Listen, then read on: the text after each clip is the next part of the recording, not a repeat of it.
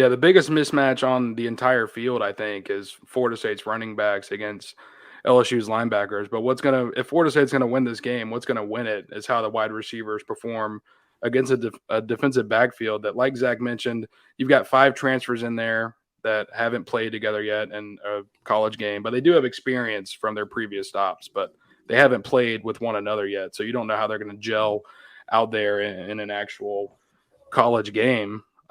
Whereas, Florida State, they did get some game reps. We got to see Jordan Travis hit a couple deep balls to Kentron Poitier and Johnny Wilson. The health of Johnny Wilson is going to be paramount for this one. We'll see if he's able to get out there and give it a go on Sunday night. And I would say the same thing for Ontario Wilson. We didn't spot him against Duquesne. And you mentioned earlier in the show that he had a really standout performance for Florida State during the preseason alongside Malik McClain. So he's another guy that could be a weapon, played a lot of college football, led Florida State in receiving the last 2 years, and has just been consistent during Florida State's preseason practices when he's been out there. So we'll see if he's able to suit up. Those receivers against LSU's defensive backs could very well decide the game. Hey guys, it's Terrence Mann. You're listening to Hear the Spear, presented by No Game Day. Go Noles. Hey, what's up? This is Peter Ward, a.k.a. T-Dub, in the house. So we're listening to Hear the Spear, presented by No Game Day. Go Live, go Noles. Hi, this is Charlie Ward, and you're listening to Hear the Spear, Go Noles. This is Terrell Buckley. You're listening to Hear the Spear, presented by No Game Day. No Bloody. But perhaps better known as the greatest corner to ever step on a football field, Deion Primetime Sanders. Great Deion Sanders, my brother. What's going on, man? I could wake up to that greeting every day, man. That was awesome. Hello, Noles fans. This is former Seminole Derek Brooks, and you're listening to Hear the Spear, presented to you by No Game Day. James Wilder Jr. What's going on, James? Thanks for having me on. FSOD, Florida State or Die, and go Noles. William Bar None Floyd. Gentlemen, what's up? What is happening, guys? This is Logan Robinson from Hear the Spear, presented to you by NogameDay.com. We are here live on Wednesday evening. It is officially game week. Not here in Tallahassee, but over there in New Orleans. Florida State will be taking on the LSU Tigers and Brian Kelly this Sunday night, prime time, ESPN, ABC. In the Superdome. It's going to be a fun one. Super excited. Tonight with us is going to be an actual expert on the scene, fellow Sports Illustrated writer, Zack Nagy from LSU Country, my man. Excited to have you on to give us some good insight on LSU and Brian Kelly. How you doing? You excited? I'm excited. I think everybody's excited for a really good game. It's going to be something. I think it's going to be a show. I think it's going to be a fun one, too. We're going to jump into all of that. Before I get started, let me introduce the rest of the guys here on the show. We've got D-Lou down below, our editor-in-chief at NoGameDay.com, and then up top corner right there, Austin Veazey, our lead basketball writer at NoGameDay.com. I get to see you, Austin. It's been a minute, but I know you're making that flight down from Charlotte. I'm excited to actually hang out with you a little bit more. Yeah, I'm excited to hang out with you again. Last time we had an adventure. I don't know if I'm excited to see Dustin again, but just keep me away from the hot dogs. Keep Dustin away from the hot dogs. Keep Logan away from Titanic or alcohol. Really, I've heard they make. Do they make some tough drinks down there in New Orleans, Zach? Yeah, they're tough. I'm from New Orleans, so I kind of got a good taste of what it's like out there in the city. So it's gonna be interesting.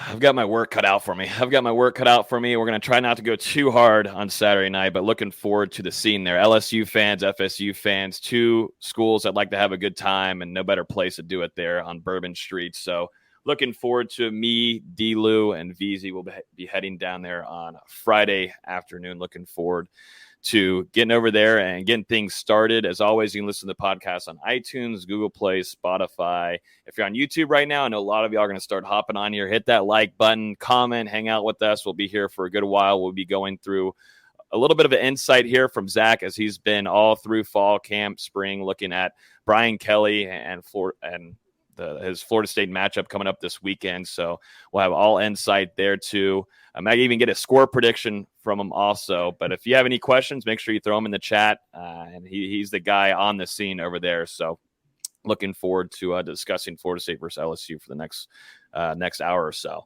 I kind of want to start off things, Zach. What is the feeling around having with Brian Kelly, first year coming from Notre Dame? We've faced Brian Kelly for multiple times. We know Brian Kelly very well. Norvell does too. Now almost getting a win away from him last year. What's just the overall feeling with Brian Kelly coming into LSU? Coach O being, I think, a player's favorite. What are your first initial thoughts from his arrival? Yeah, so it's different. It's certainly different. It's more structured. It's more serious. You can tell that the players are way more locked into this. It's a lot more control. The word is control. And really the word that Brian Kelly's been using is alignment. He's trying to make sure that the players are aligned with the coaching staff so everybody moves as one. And I really believe that as he continues to get more days, more weeks, more months under his belt, it's just going to continue to come more and more together. And we've seen that from spring to now. Things are certainly shifting, or should I say trending in the right direction. Came into spring with a couple concerns regarding depth, dipped into the transfer portal to fix those needs. And, the vibes around Baton Rouge are certainly optimistic that this will be a good year. I think people are very hopeful that things are they're going to go our way and we're going to flip the script and it's going to become back to the LSU standard of football is probably the best way that I could put it. The one thing that I take away from his first arrival, what do you think about the Southern accent he pulled off at the basketball game? The family thing. Yeah, no, that got a lot of interesting takes on social media. I too was kind of confused about that, but no. All that aside, all the antics aside, all the things that he's done off the field aside, the vibes in Baton Rouge are very positive when it comes to this team, for sure. I'm so glad you mentioned that. I had to. No, I mean, I think there's a lot of excitement. It's the same way for Florida State. We were talking in the production meeting. Both teams have a lot of question marks heading into this game, even though Florida State had a game. That's Duquesne. We're talking a very, very, very small opponent compared to the talent that Mike Norvell will be facing this upcoming weekend. So there's still a lot of questions to be answered. What do you think on your end? Just initial thoughts going into this season are some of the biggest question marks. We now, we're not going to get the starting name, starting quarterback's name from Brian Kelly. We kind of have a good guess on who that's going to be. And Florida State faced that quarterback with Jaden Daniels a couple of years ago. And Mike Norvell was actually in attendance for that, making that transition and taking over the Florida State Seminoles program. But, what's kind of the biggest question marks going into the season for LSU, because this is their season opener. And, Florida State has one game, but I still think this feels more of a season opener from both fan bases right now. Yeah, so the biggest concern when it comes to this team is definitely going to be the secondary. It was a position that we came into the spring very concerned about, lost everybody to either the transfer portal or the draft, obviously headlined by Derek Stingley. But they dipped into the transfer portal, and they really got some guys. They got Jarek Bernard-Converse, got McNeese State transfer Colby Richardson, who's really just exploded onto the scene. It's looking like he's going to be a starter for this team. Then you got Seven Banks from Ohio State. You have the talent, but will the talent gel well together once they're all on the field? So it'll be interesting. You went and got 2 Arkansas DBs as well, and Joe Fausha and Greg Brooks. You have your fair share of talent, but from a question mark perspective, it's can they gel well together? And that's something that we haven't quite seen yet in spring camp. We see the talent, we see the depth, but can they put it all together? And another concern is going to be the running game. You have John Emery, who's out for the first 2 games of the season due to suspension with an academic issue.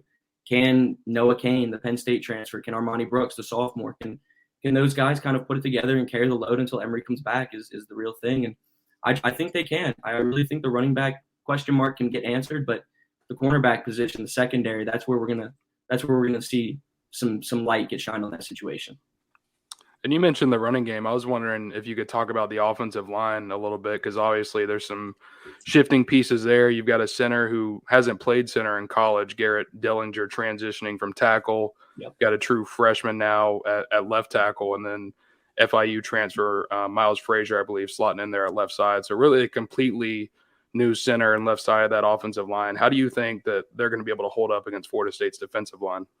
It's certainly going to be interesting. So going from left to right, from left tackle to the right side, you have Will Campbell, true freshman, 5-star out of Monroe, Louisiana. So he's a beast. He came in and he really asserted himself as a starting caliber guy. 6'6", 325, put on around 30 pounds since he's gotten here. He was an early enrollee. Miles Frazier, the transfer, is a beast. Garrett Dellinger is where concern is going to be. Mm-hmm. We've seen him struggle a little bit in camp, just from a snap perspective. He's still learning the position. Like you said, he's a new center. He hasn't quite, gotten a lot of time under his belt when it comes to that. So he's still a work in progress. But from what Kelly said and from what we've seen, he's starting to put it all together. Then you have Anthony Bradford and Cam Wire on that right side. So the left side could be a little bit of concern, but overall, it's a young offensive line. But I think they're gonna get it together, and certainly a question mark. But I'm not as concerned about it. I think they're gonna handle business in the trenches for sure. We were talking about it earlier, and you were talking about Florida State's run game, and I was listening to a podcast earlier before we hopped on here, and there was a lot of discussion. The Florida State had 3 rushers go for over 100 yards, and I think it's worth mentioning that, once again, that was Duquesne. This is going to be a whole different kind of animal that Florida State in that running back room is going to be facing. Yes, there were impressive plays there. You had Trey Benson being able to get off those tackles and keep balance for a guy his size, end up being one of the top end speeds of the night. Trayshawn Ward, I don't know, with a backspin just kind of came out of nowhere, just put on a show for everybody. And then Lawrence Toafili just now getting into the cuts and hitting those holes correctly. That's something that Mike Norvell has been really happy with. Is that something of a concern to y'all on the LSU side of things, do you think, for this staff? Getting prepped for that, because Florida State is going to want to try to be run heavy. Florida State has liked the progression that Jordan Travis has made on the passing scene and that side, but still, when you've got that talent back there in the running back room, it creates a really good and fun matchup for an LSU front seven and hopefully a nice, powerful run side of things on offense for the Seminoles. Yeah. So to answer that, it was kind of the topic of conversation yesterday when we were talking with defensive end Ali Gay and B.J. Ojulari.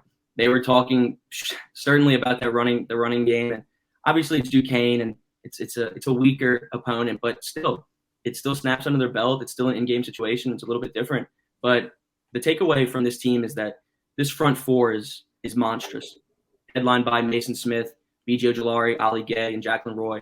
That front four is something that's going to be very, very troublesome for teams going down the line.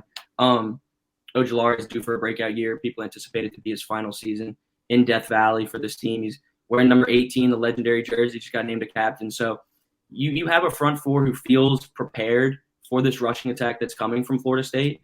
But you guys do have 3 guys who can come in, rotate, do their thing. So there's a level of concern there, but this front four understands the task at hand. Let you go, D-Lo, if you've got one on you. Yeah, I was going to say, I know LSU, they lost a couple guys on the defensive line, but obviously B.J. Ojulari and Jacqueline Roy inside are back. Can you just speak about the depth that LSU has on that defensive front? Because I know Mason Smith is there. We talked about it. Mekhi Wingo, they got him in a transfer from Missouri, I believe, who was an all-SEC freshman. So can you just talk about the talent that they have up there? Yeah, so kind of hitting on Mekhi Wingo, like you said, that's a guy who's a starting caliber player, could go anywhere in the country and probably be a starter at any Power 5 program that he wants to. He burst onto the scene as a freshman at Missouri. Obviously, like you said, he was an all-freshman in the SEC. And he's somebody who could start, and he's going to get his significant snaps in. Whenever somebody needs a breather, obviously he's going to come in and do his part. But you also have true freshman Quincy Wiggins, who may not get a lot of playing time early this season, but if somebody goes down, if something happens, that's a true freshman who is a monster. In our opinion, he's somebody who could be like a Mason Smith type figure, come in as a sophomore, become an All-America candidate, really assert his dominance in the trenches. Depth is no concern with that front, with that defensive line at all. You can probably go 6 deep at ease, 7 if you really, really need to. But yeah, that defensive line is going to be something to keep an eye on for the rest of the season going into SEC play as well. Let's talk some matchups here, because I think there's some really nice ones. 2 matchups that I think are pivotal for, at least on FSU side, that they've got to win. And I think it's the same way for LSU. If these battles are won, then that comes away leaving the Superdome with a dub. And Florida State, even though they had a season opener, 2-0 sounds a lot better than 1-1. I think this matchup that I'm really excited about, Zach, is going to be Will Campbell going against potentially probably Jared Verse. I think a true freshman. You've got Jared Verse, who hasn't played on this type of competitive talent yet. I know he's played a few games, yes, above his level, but still, this is a different kind of animal, but you're still facing a true freshman at that tackle position. Can you kind of tell us what Campbell has looked like this fall camp? Has he held his own? Because like you said, it's iron sharpens iron. It's the same way here at Florida State. You've got a heavy, really strong, talented defensive line, and that's allowing Campbell to get better at that tackle position. But what does he really look like? Ups, downs, smooth, kind of how has this camp looked, and then this week of practice? Yeah, so he was an early enrollee, and very quickly did he come on. He showed that he's a starting caliber guy in the spring. And it was, it's a fresh team. It's a lot of new faces for the most part, but he came in and he looked like that one guy who would be a starter in the spring. As for the rest of the offensive line, it took time to gel. It took time for people to, like I said a million times, assert their dominance. And Will Campbell was the guy who came onto the scene quickly and really showed that he's a starting caliber guy. From just his mentality to his physical build, 6'6", 325, put on a lot of weight once he got to campus, and he's been living in the weight room. He looks the part. He's strong. He's just tenacious. And I think he's going to hold his own this season. That is a matchup that, us on our end in Baton Rouge are kind of, circling in, seeing, okay, can he do it? It's his first game. It's going to be tough. It's in the dome. But as for Will Campbell, he's that guy. He's really put on some size, some strength, and he knows what he's doing. But it's going to be something to monitor for sure.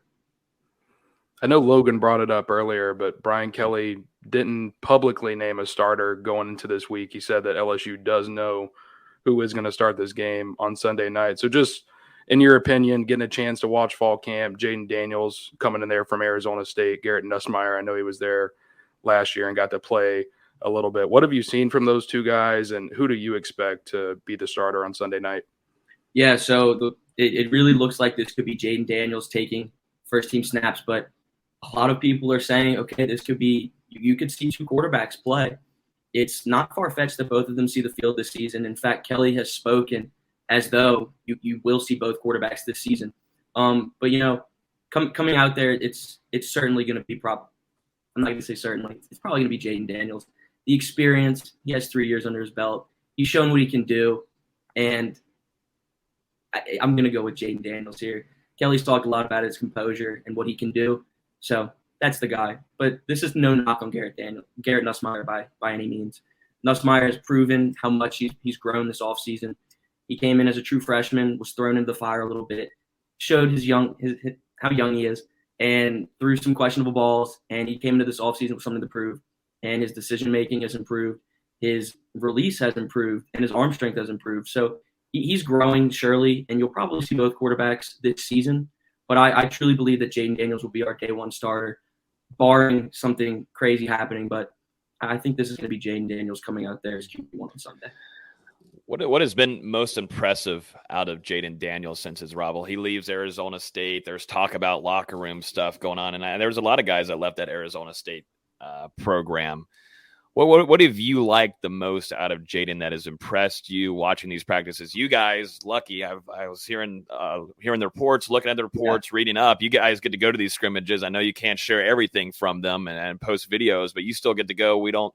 Mike is still very nice to us. Coach Norvell allows us to go to a majority of these practices, got to go through all the fall camp, but not these scrimmages. What have you liked out of Jaden and that has made him, your idea pick to be the starter on Sunday night?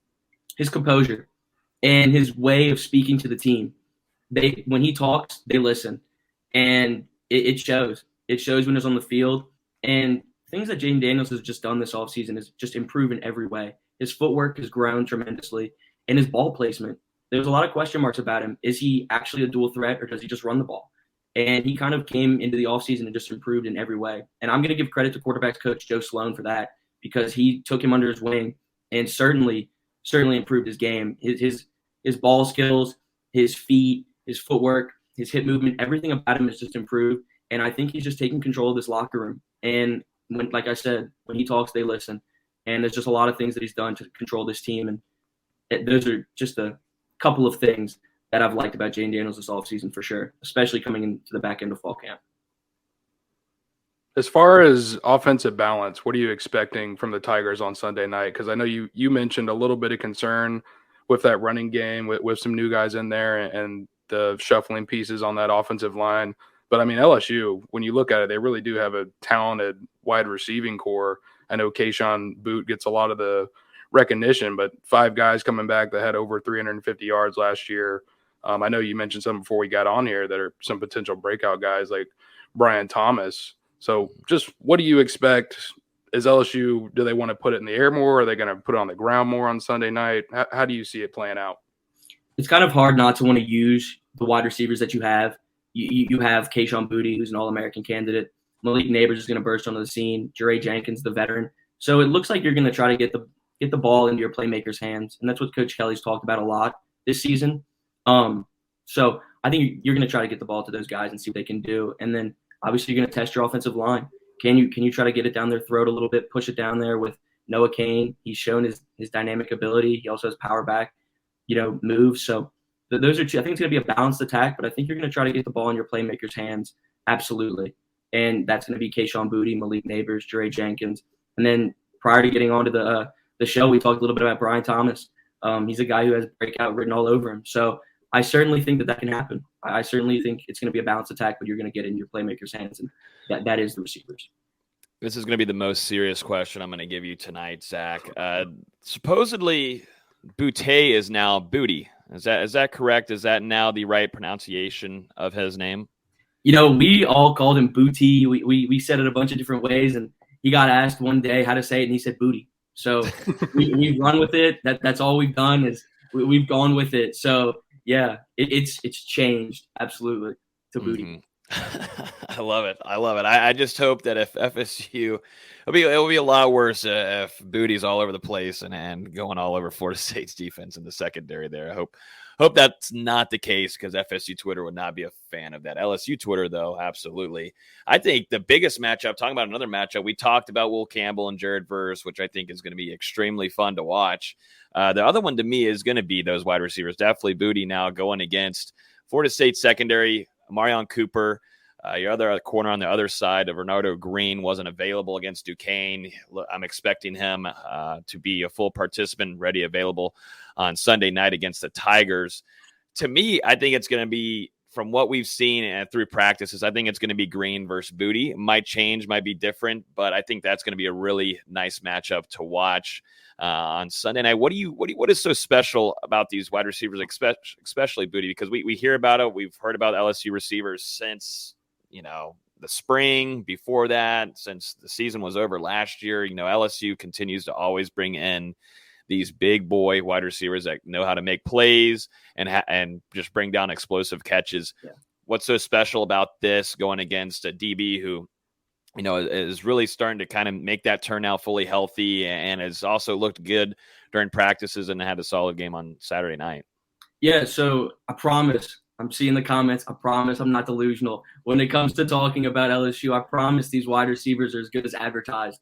For somebody like Keyshawn Boutte, he's a mismatch nightmare. And notice how I did say Booty, not Booty.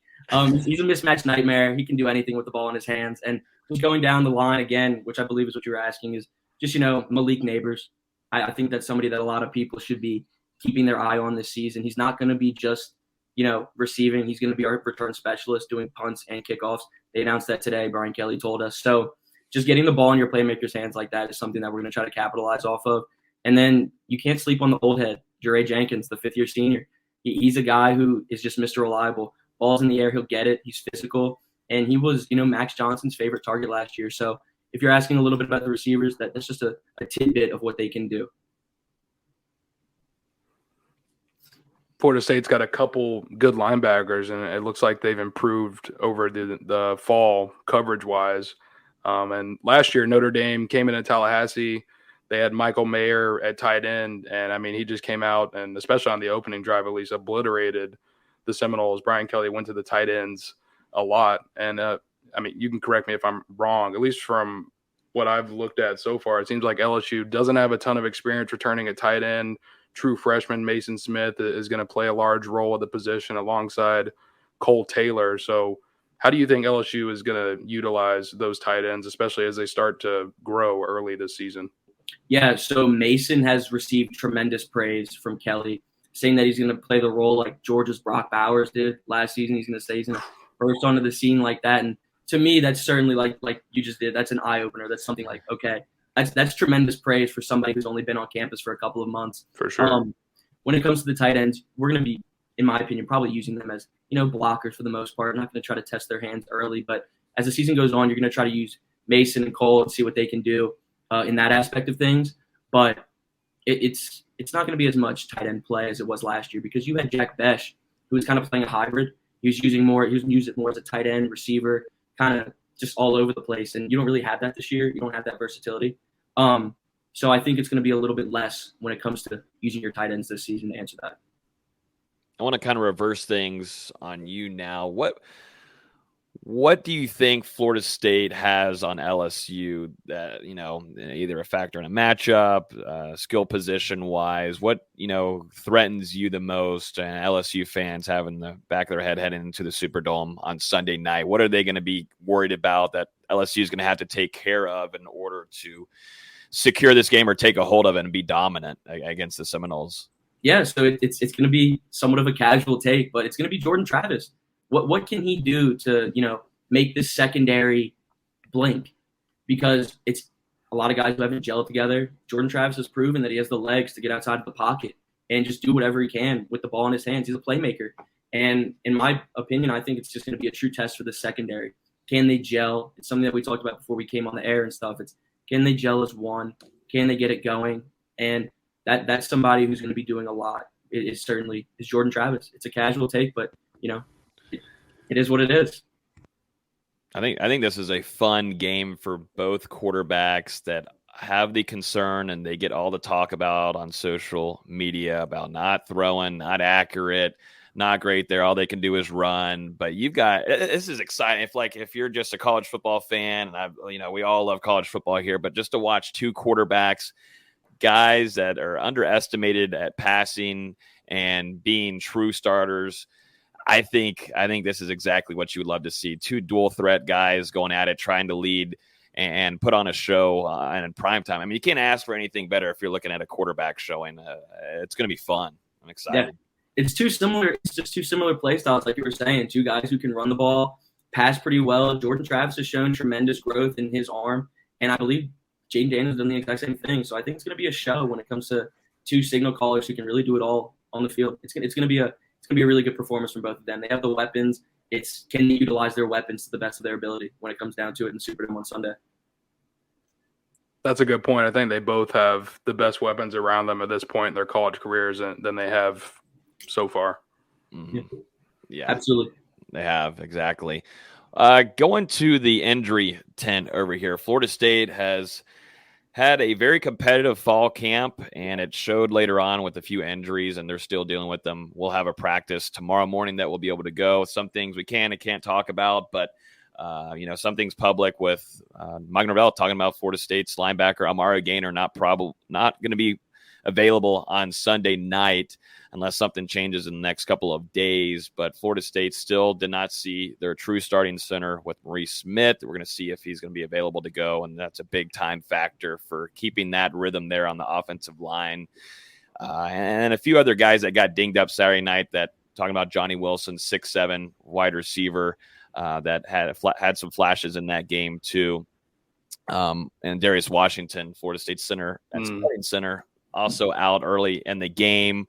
Both, I think, from my expectations, will be good to go in the Superdome on Sunday night. But what's it been over there for you guys? Because from what I've read and listened to, y'all have had the good luck charm of not having to deal with too many injuries. Luck of the Irish. The luck of the Irish. I guess Brian Kelly did bring the luck of the Irish. Yeah, look, there's still a couple days. That hurt to say that. Still a couple days. I cannot believe you said luck of the Irish. That hurt. That hurt. The whole Brian Kelly. I don't think the fans aren't going to like it. The comments won't be good here in a few minutes. No, they've been calling me. They've been going at my neck. They're coming. I know, and I love it. I love the FSU fan base. They're super passionate, and I love what they have to say. So it's great. I love checking it out. But getting back to what you were saying from an injury perspective, we had a very lucky camp, and I don't want to say lucky, but it kind of comes down to the new nutritionist, the strength staff. Just from top to bottom, everybody's made sure that everybody's in check. And, it's paid off. No injury concerns at this point. You have Malik Neighbors, who was nursing an ankle injury, a sprain, I believe. So he missed Saturday's practice. And then you had Jack Besh, who was, battling some shin splints, but nothing major on this end. You're going to have a full squad coming into Sunday, barring anything happening up until kickoff. We're pretty healthy. Is the just to hear the fan base over there? Is this LSU crowd excited for this game on Sunday night? I know obviously you've got a new coach, whole new coaching staff. Is the fan base over there in Baton Rouge, the students? I know you just graduated, but you're still around in the scene, being on campus. What's the kind of chatter over there? Are they overthinking FSU because of the bad couple of seasons, or are they thinking this is going to be a pretty competitive game and there's a chance that there could be a loss? No, you respect your opponent, and it's been the main message with this team up until this point. You have tremendous respect for what Florida State brings to the table.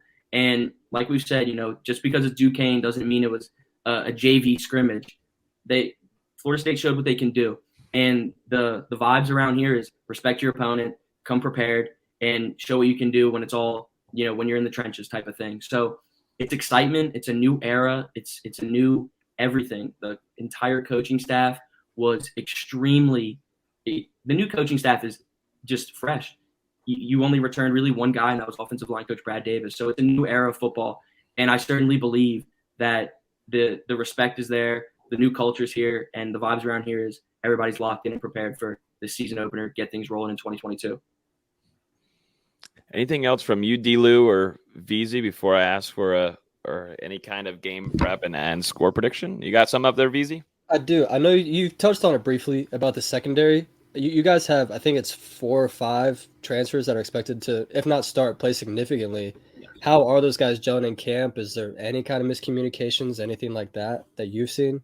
From a miscommunication perspective, I'm going to say there has been, a little bit. They're still trying to get everything going together. You have McNeese State transfer Colby Richardson, who has certainly burst onto the scene very quickly. He came to LSU from McNeese at 167 pounds. He's finishing fall camp at 190 pounds. And putting on that much weight, he didn't lose anything from a speed perspective. He's putting it all together, and it's looking like him and Jarek Bernard-Converse, the Oklahoma State transfer, are going to be playing side by side each other in the cornerback position. And they've looked really sharp together. But there's always your concern when it comes to fresh faces, putting it all together when the lights are brightest in the Superdome. It's certainly going to be something. And you also have a Florida State team who's shown that they can do everything with the ball. They can throw, run, they can do some things. And somebody said, putting some respect on JT, yeah, Jordan Travis is no slouch. He's somebody who can play the game at the highest level. So from a secondary perspective, there hasn't been too much miscommunication, but it's certainly going to be something to monitor once we get towards kickoff on Sunday. Yeah, both teams, Florida State and LSU, having a pivotal factor, and both staffs are bringing in transfers that end up playing a lot, if not being starters. I mean, if you look at Florida State, both offensively, defensively, I mean, we almost forget that Jordan Travis originally is a transfer. I mean, we kind of overthink that. It's long gone in the past. But, you look at Florida State's defensive line, Fabian Love, you got Jared Verse off to the side there too. I mean, you had Jared Jackson also. I mean, this will be fun to watch how these teams communicate well. I think experience-wise, just from the transfer to Jamie Robinson and all that kind of stuff, I think they're ahead there. Maybe on LSU's side, new coaching staff, whatnot. But still, it's going to be really exciting to watch how this game goes down and the play calling. Mike Norvell now being the sole caller. You had Kenny Dillingham here, and Mike Norvell still calling plays last year. I think, though, Kenny Dillingham had a lot of his hands into that bowl on things that were being called throughout games, game preps, game week, all that kind of stuff. Kenny Dillingham was very hands-on with that. Now it's Mike Norvell's offense, and the pressure is fully on him, and it's going to be that way on Sunday night, which, all of these storylines just lead up to an exciting one. And do you think, too, and we can all give our opinion on it, do you think whoever comes out of this is going to be ranked? It's tough. I think there's a good chance. I think there is a good chance on the national stage. Yeah, I think there is a good chance. I mean, it won't be anything in too far as you're not going into the teens, but you're looking at a 24, 25, maybe 23 max. But I mean, I think there's a chance there. And for Florida State, I'm trying to go back to what year, 2018, 2017. that was the last time they had been ranked. Right. It's been a minute for FSU fans to have that number down there on the broadcast next to the name. I haven't seen that in a very long time. I know FSU fans going into a bye week next week and facing Louisville, it would be really a nice addition to have that on the scorecard down below. But yeah, no, to answer that, I certainly agree with you. I think that this is a true test for both teams. I think whoever comes out on the winning side of this could certainly be ranked. And like you said, nothing more than 23 or 24. But I do think that, when it comes down to it, that somebody can be ranked after this game. Absolutely.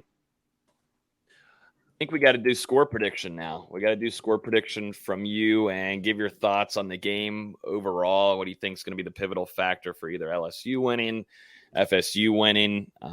Definitely give it to us. Yeah, so what it's going to come down to is, I've said it a million times, the LSU secondary.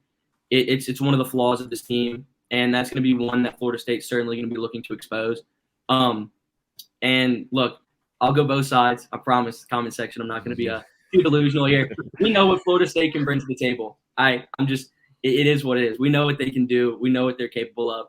And the offensive line and defensive line battle is something that I'm circling. I'm circling that because we've said, LSU's offensive line is young and experienced.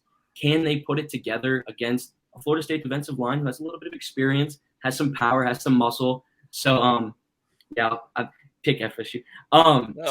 Quote that, clip it. We're going to send that to LSU Twitter. Never. I can't do that quite yet. We'll get to my game prediction in a minute. It's going to come down to the secondary. It's going to come down to the trenches. Who wins the trenches battle? Whoever wins that is probably going to come out victorious. And we're all excited to see what the LSU defensive line can do. And we all want to see what the LSU offensive line can do. So, battle of the trenches. Whoever can win that is going to come out on top, in my opinion. I think that's what it's ultimately going to come down to. I'm right there with you. I think the trenches will play a big-time pivotal factor for both offensive line. You're going to have to learn quick. I mean, you're going to have to get that down in the first quarter or things could be bad for you because both defensive lines, some of the best units in the country. I mean, you're talking top 10, potentially even further than that of how talented these defensive lines are and young talent over there in LSU, but you've got some guys with experience, and then you've got just true veterans there on Florida State's defensive line, and you've got a newcomer coming off the side with Jared Verse. So the trenches will be, we're going to be high up there in that press box, supposedly up in the clouds. So my binoculars are going to be right there on that line and whoever's winning it, and that's going to be a big-time factor. And Florida State's got to protect Jordan Travis. We learned, and we kind of knew this coming out of camp, that, Florida State they don't have a well-experienced backup.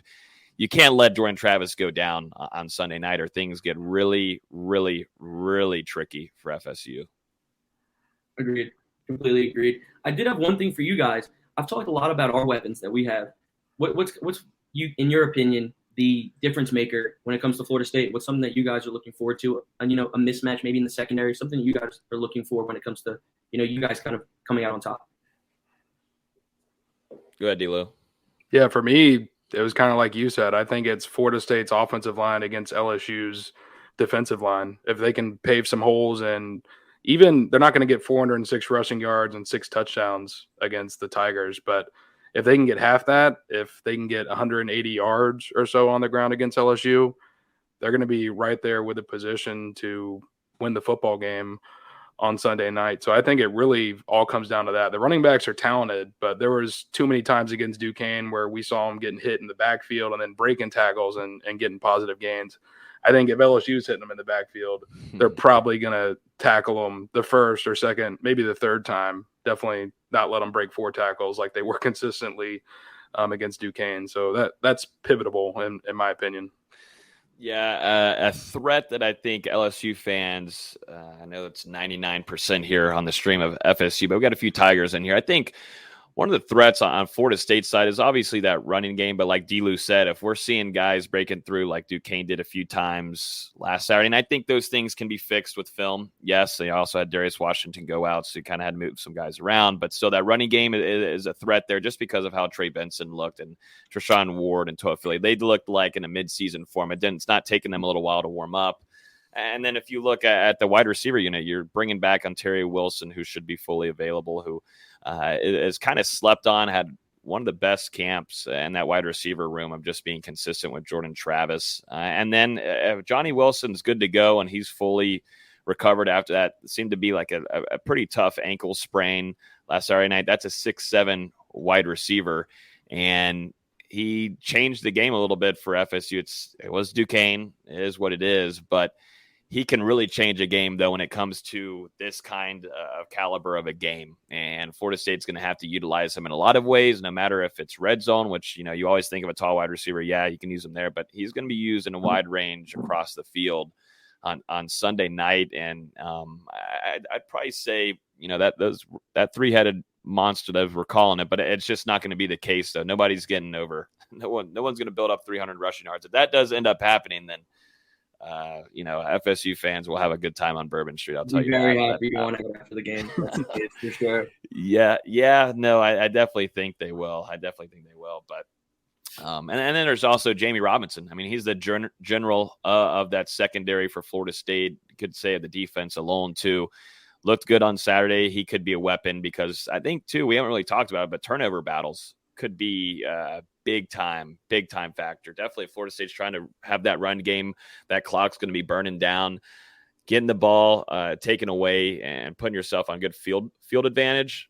It will be key too. So you got to keep an eye on Jamie Robinson. He's always usually in the right spot at the right time. So he's an X factor. That's somebody that a lot of people here have been also speaking about too. South Carolina transfer, he's a beast. So somebody that we're also trying to keep an eye on when it comes to, LSU play for sure. Yeah. And it might be too. I mean, it might be Jared Verse. It might be Jared Verse going against Campbell. I mean, that might be the big thing for FSU getting to Jaden Daniels. Yes, he can run, which is going to be something that Florida State's linebacker is going to have to get ready for. Tatum Bethune, Kalen DeLoach, Lundy, who also I'm overthinking. I just don't bring up from last Saturday, but also had a good game. Those linebackers did good. But if Jared Verse is able to bring pressure, then Jaden Daniels is going to be rolling out and either going to tuck and run or he's going to pass. But it seems like he's been connecting pretty well in camp. I don't know if you're there watching it, but it seems like through camp, a lot of intermediate throws, maybe not so many explosive plays, deep balls from Jaden.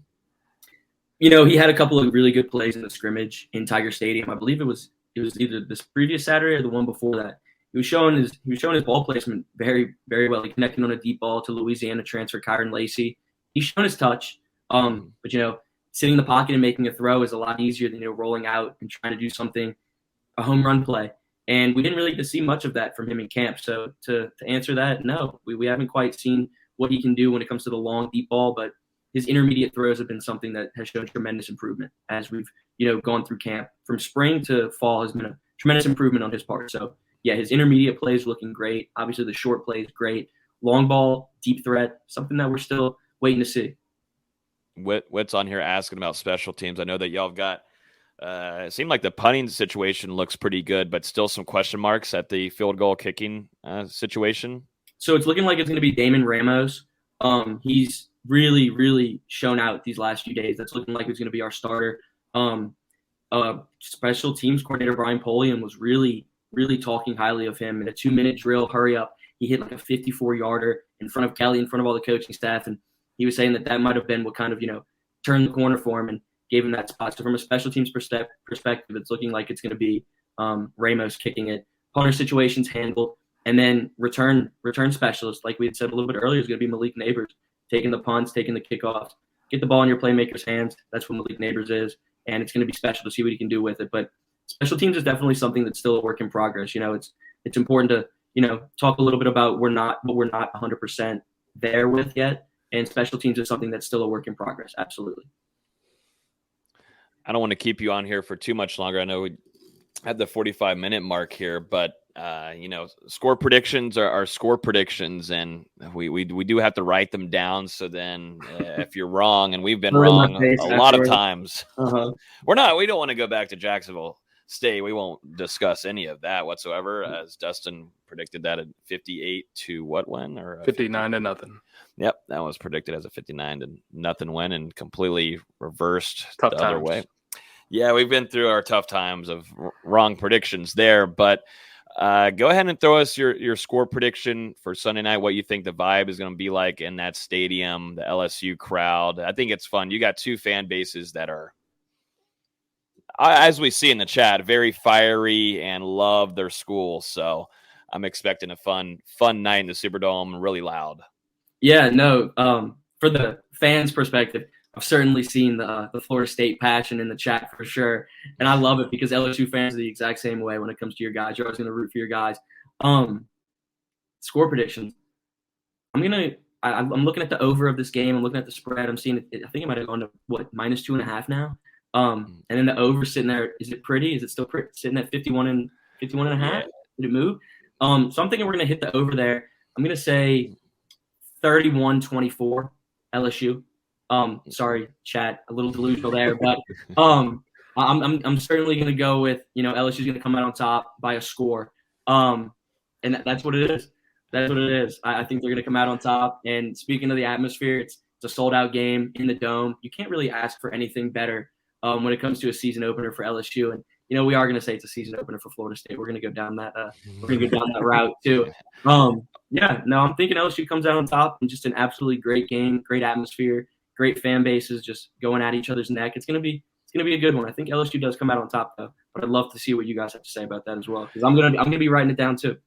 Yeah, no, we have to sadly save ours for the very end just to kind of keep the viewers on here, because once we get the score prediction, they're gone. We're going to go down to 10 viewers. They're out of here. It's out of here. Surprisingly, people still listen to our score predictions, but I'm expecting a good game, and I think all of us, like we start off the show, a lot of question marks from both teams, and it's going to be I think it will be competitive. That's all we want. I think Florida State fans, they do see Mike Norvell, and they believe in this coach. They like him. I think the media enjoys covering this team. I know I do. Behind him, the practices are great to watch, and definitely a hardworking staff.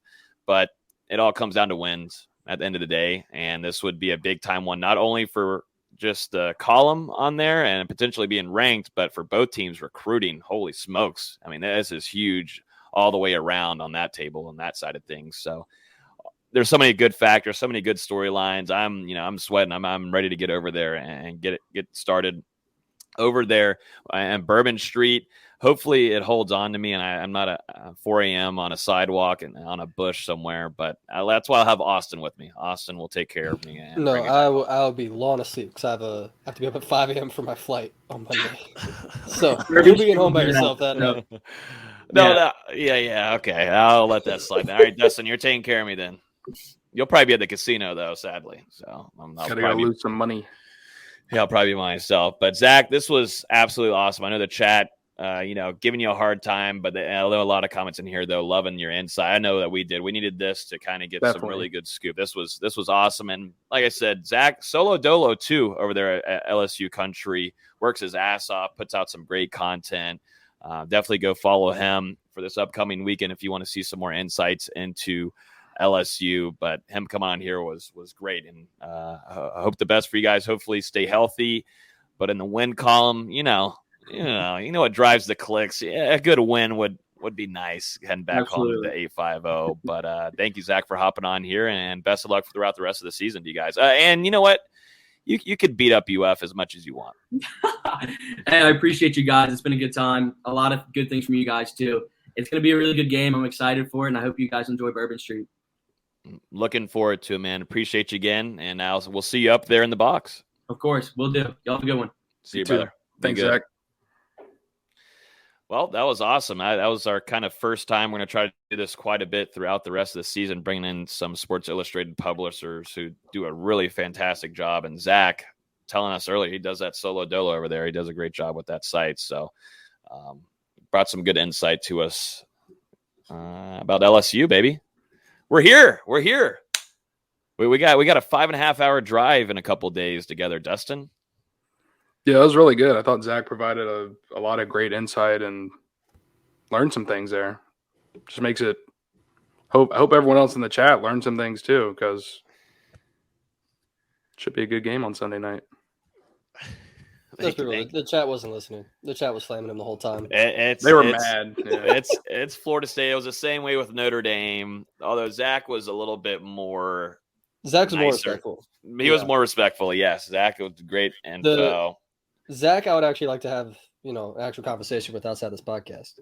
Well, that's what we're going to do on Sunday night. The Notre Dame one, as soon as it ended, I'm like, I hate this guy. Oh, my guy Brian Driscoll over there at Irish Breakdown. I don't know the next time Notre Dame faces FSU, so I don't know the next time. It's fine. But Zach, yeah, great info. Appreciate him hopping on here. We've still got a good amount of things to talk about, and ending off the show with the key matchups that we think, and then also who needs to have a big game on Florida State's side to come away with a win, and then score predictions. So we got a lot of that at the latter half of this show. Let's jump into some of the quick hitters of the week. Monday's press conference. Mike Norvell talking about his thoughts of the Duquesne game. Coach Atkins too. Coach Atkins seemed pretty decently pleased, but I feel like if he wasn't talking to the media and didn't have coaches speak, he would say wasn't too fond of the few slip-ups they had there on the line. But overall, you're still waiting on injuries here from Johnny Wilson, like we talked about earlier. Johnny Wilson, Darius Washington. We're going to see the availability of Maurice Smith. We'll be at practice tomorrow morning. Hopefully we can get a good update there on him. And then Amari Gaynor will not be available this upcoming weekend. Probably. Yeah, I'm not expecting. Coach speak, but we ain't going to see him. We won't be seeing him. And now you got to hope, your guy, Brendan Gann, he's got to step in this upcoming weekend. But we got to see practice yesterday. I thought the energy, like Mike Norvell said, you don't have to make up some energy for this. You don't have to create excitement. It's already in your veins. It's already in your body. It's Florida State.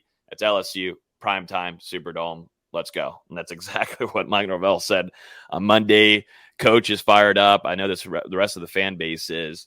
What are y'all's kind of thoughts heading into this game alone? You, me, VZ, we're gonna be up there in that press box together. I'm excited. It'll be our first time, all three of us, covering a football game together. We're gonna have VZ writing some football. We'll see how good he does there with his insight. I think it'll be good. He does a good job on the basketball scene. We'll see. But first initial thoughts. I mean, we got to see the Duquesne game. We recapped it. What were your thoughts, VZ? Because you weren't able to join us that day for the recap. What were your thoughts coming out of the game? I'll keep it brief because, it's Duquesne. Yeah. Florida State really only ran like 8 offensive plays. And defense was super vanilla. I know some people were upset that there wasn't more pass rush. Duquesne was real quick hit passes. 3-step, bam. 3-step, bam. It's hard to get a pass rush when they're not really dropping back. And the times they did, you saw Florida State get pressure. We saw Jared Verse get that late third quarter sack like I predicted. I want that on record. You need to clip it. I should have. But there was 2 plays that I loved. The first was, I talked about on Twitter, that deep ball to Poirier. Jordan Travis gets a ground ball to him, picks it up, and throws a perfect pass in the face of pressure. Getting hit as he released it, dropped it right in the bucket. Could not have been a better pass. I thought that was great for him to keep his composure, not immediately pick the ball up and scramble. And then my second favorite play came not long after that, but on the other side of the ball. It may have gone, super unnoticed, but Duquesne flexed their running back or someone out wide to the left. You saw Jamie Robinson make the adjustment on the back end, and Kevin Knowles comes up and makes a great tackle for a 2-yard loss.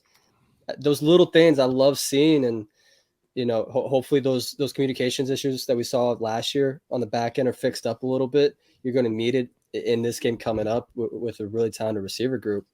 But those are 2 things I really loved, and we'll see how Mike Norvell opens the playbook up. We've heard him talk about it this offseason, especially with Jordan Travis.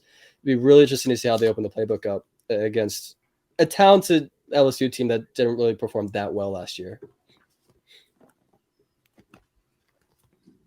Dustin, any last thoughts on Duquesne? I know it's been a few days, but nothing really. We talked about it for an hour.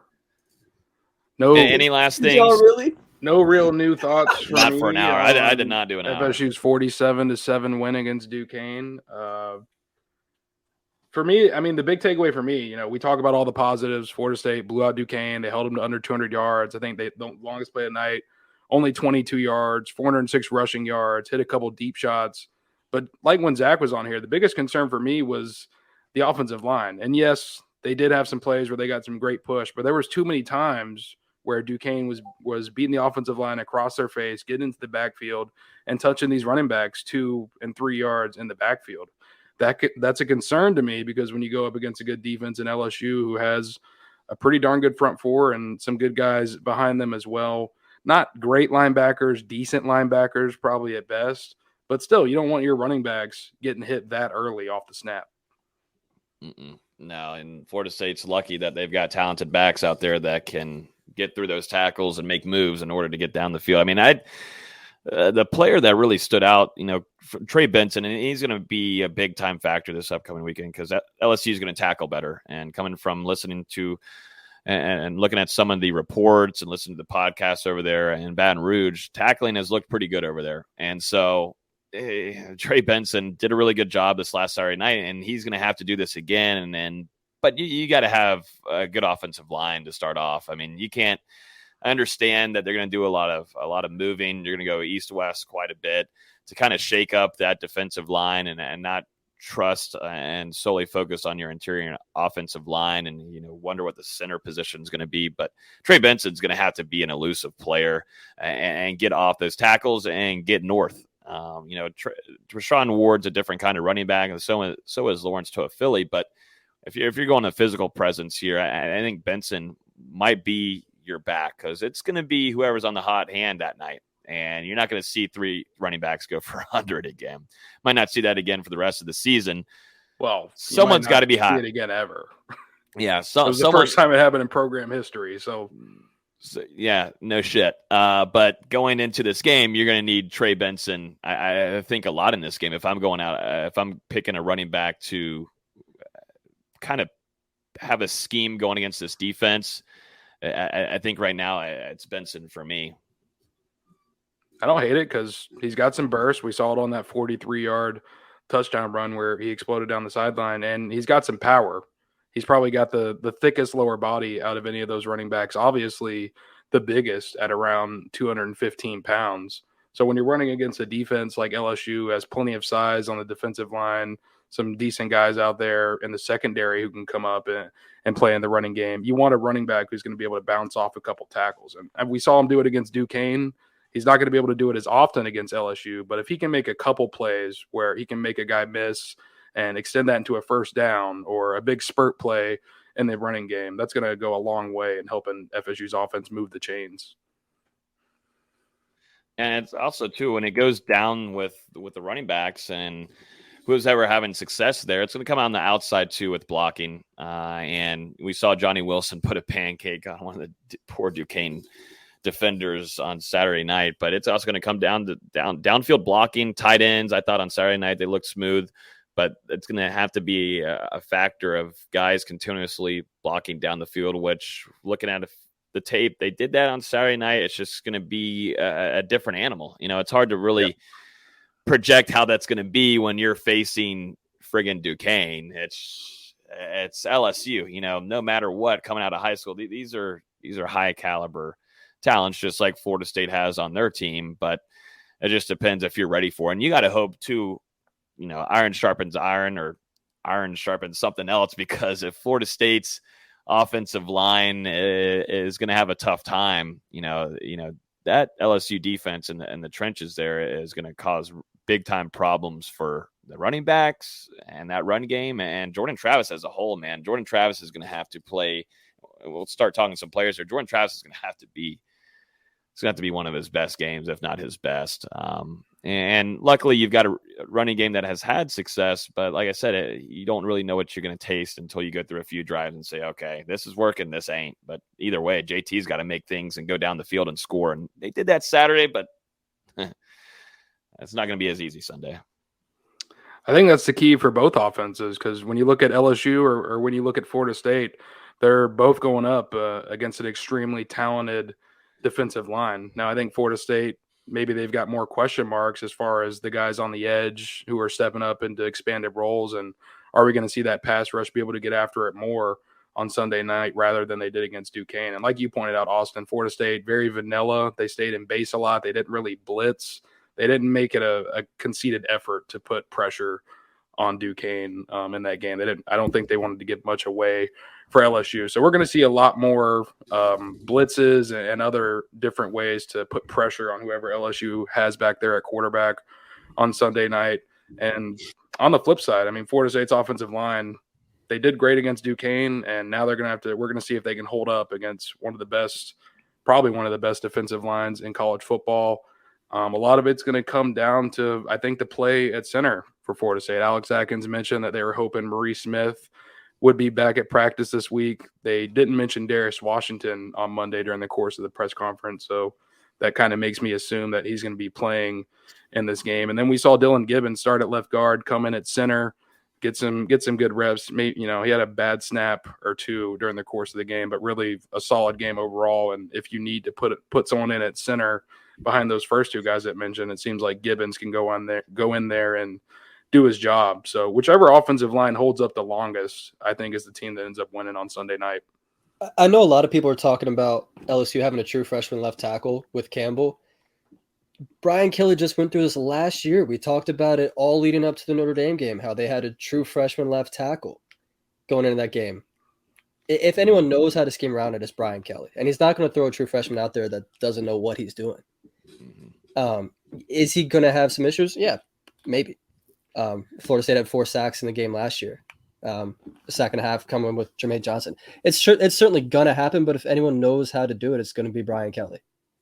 Mm-hmm. Yeah, no, he Brian's smart. As much as I know FSU fans are not a fan of Brian Kelly, he's a smart coach, and so if you're looking at Campbell and he makes mistakes, you better take advantage of it. You're looking straight at Verse or whoever's over there, McClendon, Briggs. You better take full advantage of it because you're not going to get a whole ton of them. That is a talented tackle coming in as a true freshman, so there's not going to be a whole ton of slip ups. You just got to hope that Odell Hagens, Coach Papp, and Adam Fuller as a whole have set up a nice game plan to maybe take advantage of that. But it's going to be Brian Kelly against those defensive coaches on that front.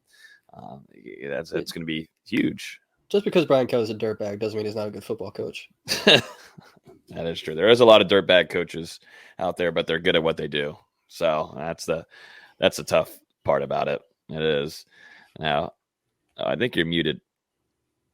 I was saying that's in every single profession of life. Yeah, there's always a dirtbag that's really good at what they do. That is true. I seriously think who do you put? Who's corner one against Booty? Now, my bad. Who's corner one? Amarion Cooper didn't play last week. Got to see a lot of Jerrion Jones. You saw Azare get out there. I forgot about Jerrion. You got to see Greedy. Greedy was there too. I think for right now, to me, it's Green. I kind of think I'd be surprised to see just one corner on him. I think you're going to see a lot of rotation against Booty. Just give him a lot of different looks. A lot of bracket coverages, a lot of safety help. He's not going to see just one corner all game. There's going to be so many different looks that he's going to get just to try and make things as difficult as possible. Mm-hmm. I don't even have to answer the question. Smart man. That's exactly what I was going to say, Austin. Different looks all night. 5, 6 different cornerbacks are going to get a look on Booty. Yeah. Unless that first drive, Renardo Green's just absolutely dogging him, then you say that, let's keep going with this as long as it's working. But let's be realistic. Booty's likely a top 10 pick next year. He's as good of as a wide receiver as there is in college football. He's going to be seeing different looks all night long. Yeah. What else is intriguing to you guys matchup wise that we really think Florida State has an advantage of against LSU? Let's switch the tables here. What does FSU have an advantage of that? Listening to Zack, though, it seems like there is some question marks in the LSU secondary. Yep. That came pretty clear. I was also listening to a show earlier today, and there was some question marks just over communication back there and some things opening up. You got to think a guy that has highlighted us in the fall camp with Deuce Spann, if Norvell and that offense can line something up where you have an explosive play to go through that secondary, that could be an option. Yeah, the biggest mismatch on the entire field, I think, is Florida State's running backs against LSU's linebackers. But if Florida State's going to win this game, what's going to win it is how the wide receivers perform against a defensive backfield that, like Zack mentioned, you've got 5 transfers in there that haven't played together yet in a college game, but they do have experience from their previous stops, but they haven't played with one another yet. So you don't know how they're going to gel out there in an actual college game. Whereas, Florida State, they did get some game reps. We got to see Jordan Travis hit a couple deep balls to Kentron Poitier and Johnny Wilson. The health of Johnny Wilson is going to be paramount for this one. We'll see if he's able to get out there and give it a go on Sunday night. And I would say the same thing for Ontario Wilson. We didn't spot him against Duquesne. And you mentioned earlier in the show that he had a really standout performance for Florida State during the preseason alongside Malik McClain. So he's another guy that could be a weapon, played a lot of college football, led Florida State in receiving the last 2 years, and has just been consistent during Florida State's preseason practices when he's been out there. So we'll see if he's able to suit up. Those receivers against LSU's defensive backs could very well decide the game. And on the flip side for LSU, same thing. Florida State, they've got more experience in the secondary, but I feel like people are undervaluing LSU's receivers behind Booty when you've got 5 guys who played pivotal. I cannot say that word on the podcast. Pivotal? I cannot say it on the podcast. You've got 5 guys who played roles last year, 5 who had more than 350 receiving yards, all back in the lineup alongside Booty. So both passing attacks could break out in this game. We'll see what happens. I think the thing I'm looking at the most is, when we think of Brian Kelly, you think of tight ends. And we talked about it with Michael Mayer, and even going back to, Kyle Rudolph. They've always had good tight ends, and fans are always going to think, oh, Brian Kelly's going to use those tight ends. LSU doesn't really seem to have those, as Nick mentioned, or Zach mentioned. It's a lot of I'm sorry, I'm tired. It's been a long week. It's a lot of inexperience, and I don't really think we're going to see them that much in this game. They're really going to try and use these receivers to open the game up. To me, I think Florida State's going to make them use their tight ends, which you don't normally expect Florida State to do. Yeah, no, I mean, I think you got to see a little bit of Cam McDonald on Saturday night against Duquesne. Limited reps there, I think, kind of getting him into the rotation. He's expected to be a starter, but you also have Marqueson, who has been a nice blocking tight end so far for FSU. Got to see a lot more against a better, valuable opponent. Yeah, but Marqueson showing up and catching some passes, and then you can add in Cam McDonald, and you got to hope that Florida State can start utilizing these tight ends a little bit more. And everybody knows about the run game there and what Jordan Travis can do, legs and potentially throwing. But if those tight ends can come out and kind of shock us a little bit and be one of those big-time factors of Florida State getting down the field and getting a series, will be huge. You just can't have all these 3 and outs. You got to keep a consistent play there. And luckily, with Jordan Travis, statistically, looking back at games throughout his career, he's the best quarterback to have down there if you want to have scoring drives.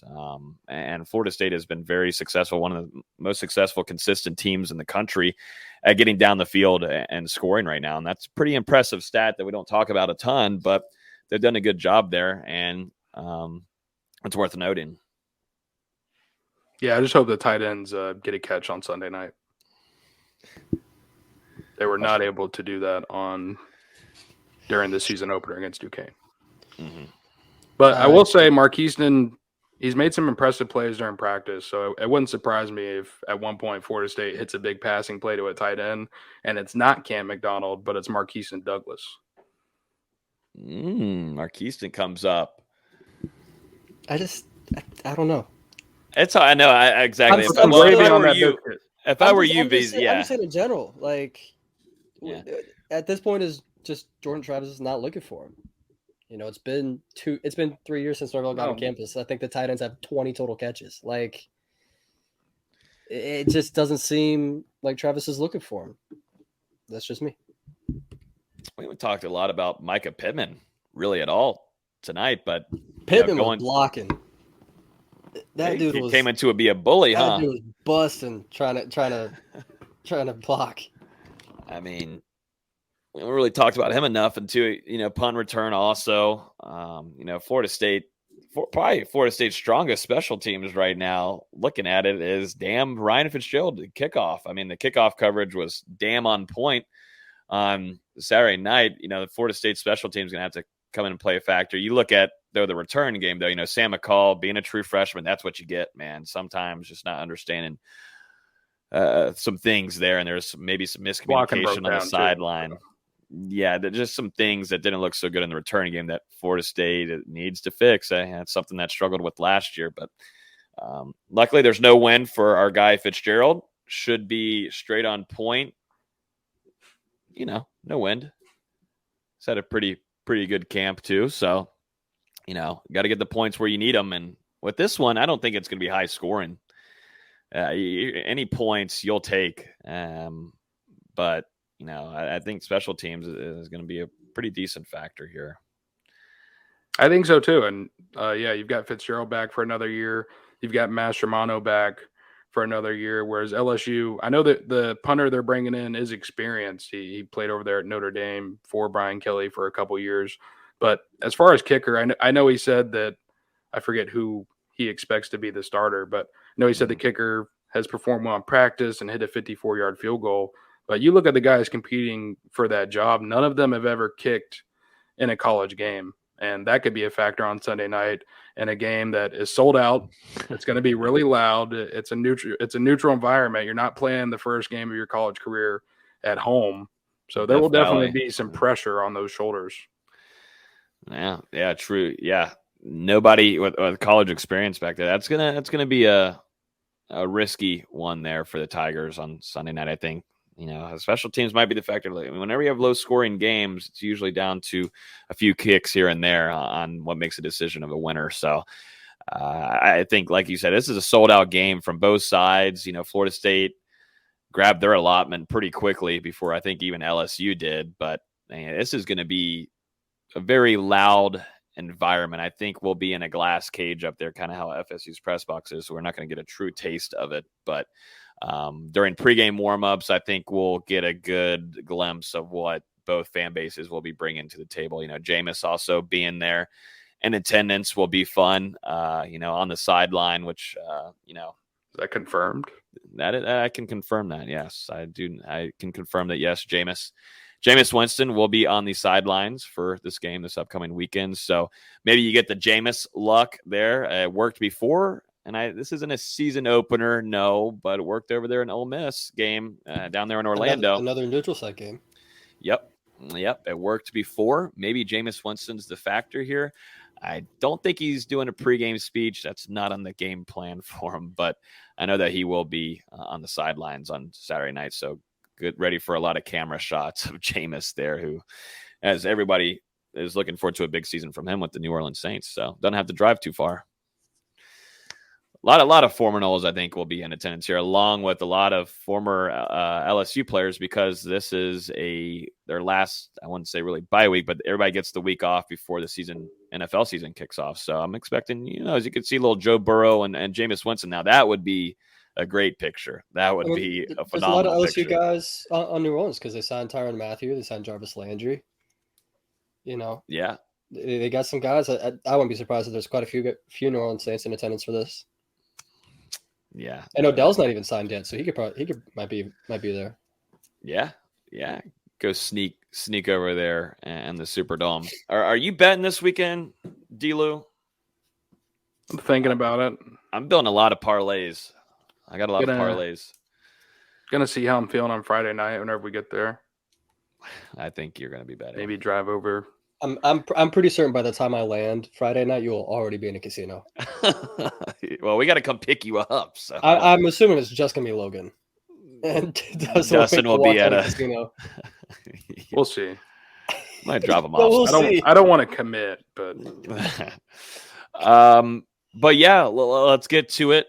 We had a great insight there earlier from Zack, and getting to know LSU from inside out. Gave his prediction. He's got LSU Tigers winning it. I've had my score in my head for a while now. I feel pretty good about it. And I wish, and I'm pissed. We got to do the show tonight. The practice is tomorrow morning. There's one big question mark that I want to see answered, and that will hopefully be done on tomorrow morning. But I'm risking it and guessing right now of some limitations. I feel pretty good. I kind of already know where Dustin's going with this one, though. This is going to be a sold-out game, prime time, 7:30 kickoff, New Orleans time. ABC, FSU, LSU, two big-time national brands on the college football scene. There's nothing better, baby. I'm excited. I'm sweating over here. I'm just like, get me in the friggin' stadium. I always hate the hype up, all this kind of stuff. I'm like, I just need to get there, man. And it's two big time programs that need a win, that need to shake things off after last year. You know, LSU was subpar last year. Let's just leave it how it is. Just a lot of dysfunction. You know, coach gets fired mid-season. Guys are hurt. Guys are transferring out. It's an entirely new roster. They need to win, arguably just as much as Florida State does. For recruiting too, right, D-Lou? Any insight? I know we got Hakeem Williams, 5-star wide receiver, going to be there. I know he's making his commitment known very soon in September. But you know, what we got recruiting wise that could play a factor here? Well, I mean, what do you think? A win like this, it shows that Mike Norvell is pushing this team in the right direction, and that's what a lot of players, which, you know, Florida State, they've got most of their guys in the 2023 class outside of a handful. But when you look at 2024, 2025 and onward, you know, there's a lot of talent that's looking at Florida State and just kind of waiting. You know, they're waiting to see if Mike Norvell is going to be able to push this team forward. And a win in this game against LSU and against Brian Kelly, I think would begin to do just that. You know, obviously you got to carry it forward after this one, but this is a stepping stone, and it would be huge for Florida State. Obviously, Hakeem Williams, one of many recruits who will be in attendance for the game. And Hakeem planning to make an announcement here towards the end of September. If Florida State wins this one, they could be the favorite to win out on that announcement. All right, let's get to it. Let's get to it. Score predictions, not as easy as they were against Florida State and Duquesne. We all went 1-0 to start off the season. This is where things can start shaking up a little bit. These next two games with Florida State facing LSU, and then they will next face Louisville after their bye week. This is where it starts shaking up. This is where things get really fun, gentlemen. I started last week. D-Lo, you go first this time. And I'll do Louisville. We'll do it in a rotation throughout the season. Third year of the Mike Norvell era. Haven't made a bowl game yet under Coach Norvell, and this is the kind of game that can springboard your program forward, not only to a bowl game, but maybe even to heights beyond that if Florida State wins this game and carries that momentum forward. This is the best team that he's had at Florida State so far, the deepest team. Got a third-year starter and Jordan Travis. Man, the rushing attack looked great last weekend, and there's some real pieces on that defense. And I mean, there's some question marks with LSU. There's plenty of star power with that defensive line, Booty, and some of those other receivers. But the running game, the offensive line, they've got plenty of question marks. Has the quarterback, they're trotting out a new starter, has the quarterback got enough time to gel with those wide receivers? Will the 5 transfers in the secondary be able to piece their way in? It's going to be a real interesting game. And no matter the outcome, I think it's going to be extremely close in New Orleans. I've got this one 31-28 playing out in the favor of LSU. Oh my. Woo, man. That would be it would be a close game. Are we going fourth quarter here? Is it like a last second? What do we got? It's definitely fourth quarter type situation here, right? Fourth quarter touchdown. I'm not going to say field goal. Damn, that would hurt. That would definitely hurt. Goodness gracious. I'll go 28-24. LSU scores 31-28. 31-28 LSU. Let me write that down. That's what D-Lou's got. 31. Or you could just wait for the staff predictions on That is true. I guess that would be written onto a piece that we publish every week. Good to know. Hey, it's week 2 or week one. I don't, at this point, I don't even know what kind of season this is, but hopefully a good one for Florida State. I'm super excited for this. We've been looking forward to this one for years. I mean, ever since this was announced. I mean, I wish this was home and home. I don't. Yeah, I feel like hate Camping World. I don't like Camping World Stadium, to be honest, down there in Orlando. Superdome is a lot more sexier. for the LSU fans, I think, after they also won a national championship there not too long ago. But like D-Lou said, you're trotting out your first year quarterback in the system there at LSU with Jaden Daniels, the expected starter on Sunday night. You got a whole new coaching staff. Wasn't too much of an impressive season last year for LSU. That's understandable. You're moving on from a coach, 6-7, yada, yada, yada. I think for Brian Kelly and LSU, and they've done this with Notre Dame too, it kind of takes them a while to click, and then they really start pushing into being, a national threat in college football, and it takes a while throughout their seasons. And it just puts in a good point here for Florida State already having a game in. So big for them. I mean, looking back at film, you hope that some of those things were corrected. You also had, we didn't mention, but Jackson Turrentine coming in and playing pretty well, could be coming in this upcoming Sunday night. There's going to be some things that they looked at film that says, okay, this fits well, this doesn't. I think that's just such a big thing for Florida State. And then one last thing, Jared Verse, you came into spring talking. You came definitely into fall camp talking. This is it, buddy. I mean, you're facing a true freshman tackle on Sunday night. You all this chatter, all the hype. He's heard the Jermaine Johnson stuff. He's told us that here on our interview that we had with him. He's heard it all. Now it's time on a national stage. If you want the scouts coming to practice next Wednesday, then this is how you do it. So I think this game just points more in Florida State's favor than anything. I think the biggest thing, if they're over there in New Orleans, LSU doesn't have to travel far. That's one of the biggest things that LSU has. Yes, there's wide receivers, of course, but it's going to be fun. I got Florida State and LSU. Mike Norvell gets a win in New Orleans. And it's going to be Florida State 31, LSU 24. And we're going to be going to Bourbon Street about an hour after press conferences, getting schmammered, except for Austin. He's going to have to carry me back to the hotel. But we're going to have a good time in New Orleans with Florida State fans, I believe. Like I said earlier, you have to walk yourself back. I don't sleep well on planes, so I got to get a good rest of sleep. You'll still have a good time. You would stay out a little bit longer. You'd come with me. It depends what time we leave the stadium. If we're not leaving the stadium till like 12:30, sorry, I'm going to bed. Press box closes at 1. I was about to say we're going to be out there late either way, bud. Yeah, y'all have fun. You taking the Uber back? I'll walk. It's a mile walk. I can do that. I don't know if a 1 a.m. walk.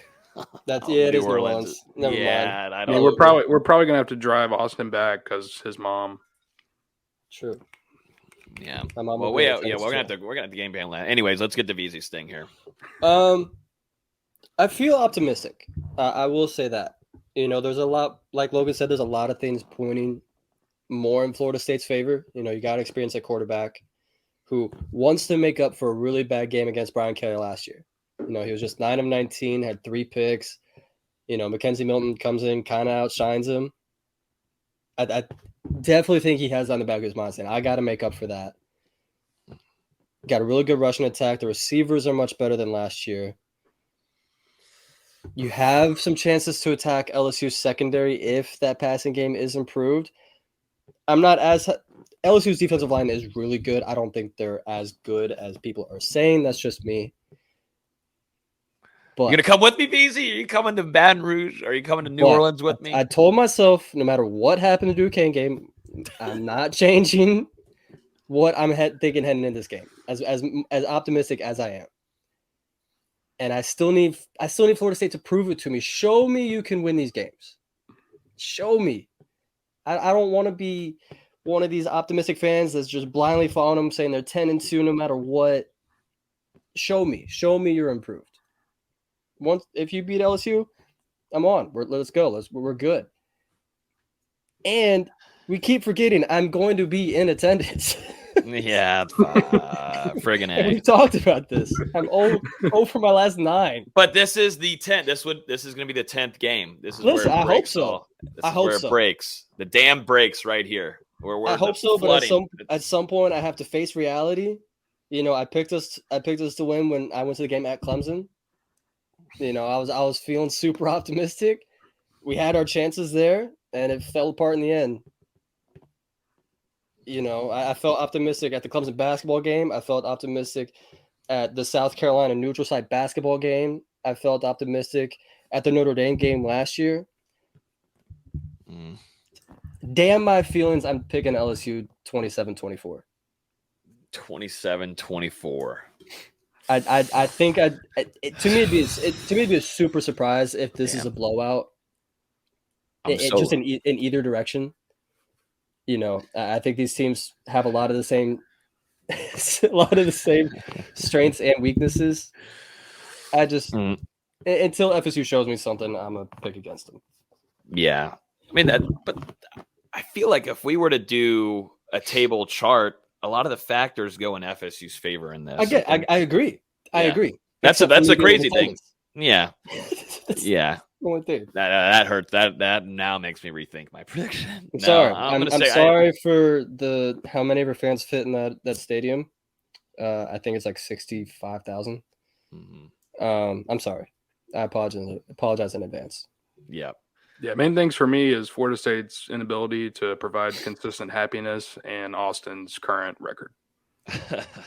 Death, taxes, and my record in Florida State games. Yeah. Yeah. Now, which is overall very good. Just recently, has not been so well.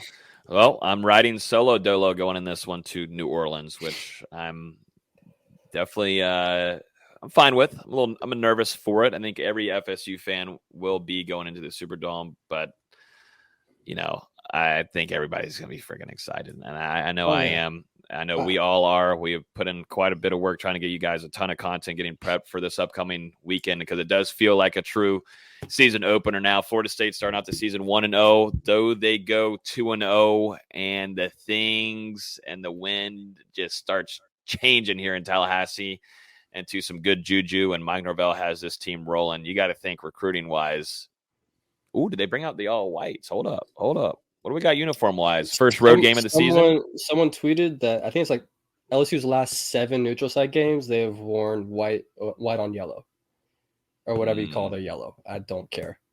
So I'm assuming they're going to stick with tradition, and Florida State will be garnet and gold. Mm-hmm. Okay. Yeah, I think garnet and gold would be a good idea. I think so. You don't have to go all white for this one. Although it would be sexy though. Definitely if you come away with a win. Tell me about recruiting. Holy smokes. But yeah, no rain delay either. Worth mentioning from Bo Walker. Don't have to worry about that. So we'll start right on time. Still going to be late, but we're going to start right on time.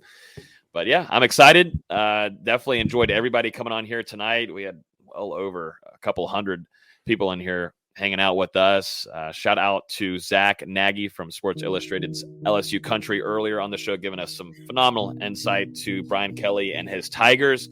We'll see this upcoming weekend. Florida State faces the LSU Tigers. Prime time, 7:30 kickoff, ABC, ESPN. We'll be there in full attendance, you guys, to give you guys full coverage from warm-ups to everything imaginable all the way until 1 a.m. So appreciate everybody. Y'all have a great weekend. Hopefully meet a lot of you guys out there on Bourbon Street. Looking forward to it. Come say what's up to us. Don't be shy.